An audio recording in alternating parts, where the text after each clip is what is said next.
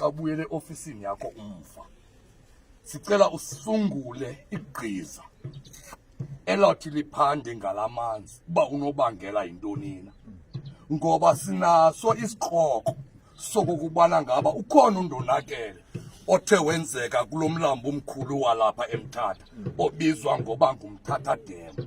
Lo mlambo mongameli uyehla ubheka ngapha amanzi, kodwa isimanga esenzekileyo lamini amanzi asuke kweli cala uzogubungela lamakhaya,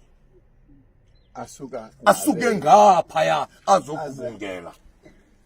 Lo mlambo uyehla mongameli, kodwa isimanga sinye amanzi asuke kwela cala uzogubungela lamakhaya.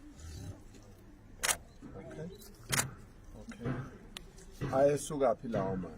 Asuka phaya edamini. Umlambo omkhulu esinawo apha eMthatha ngumthatha Dam osapota zonke umlambo uhamba kweliphi icala?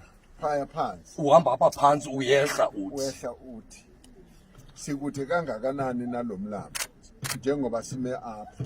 Nanku apha emithini. Kusemthini. Yes. About 500 meters or so, yeah. Will be 500 meters or 400 meters.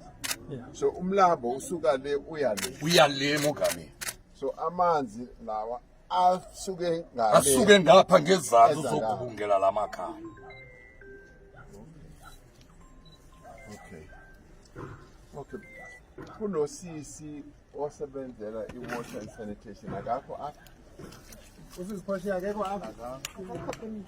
Animfonele Because no ayingekho apha lo. Okay. Sizawuphanda sibone ukuthi kwenzeke njani na. Inkosi mongameli siyabulela.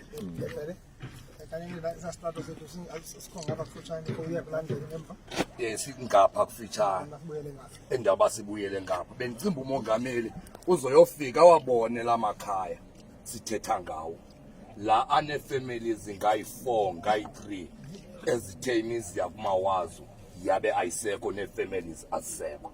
Ikwalapha kufitshane, xa sinyuka ngesistrato siya kuyo loo mizi leyo. Ewe singanqumla.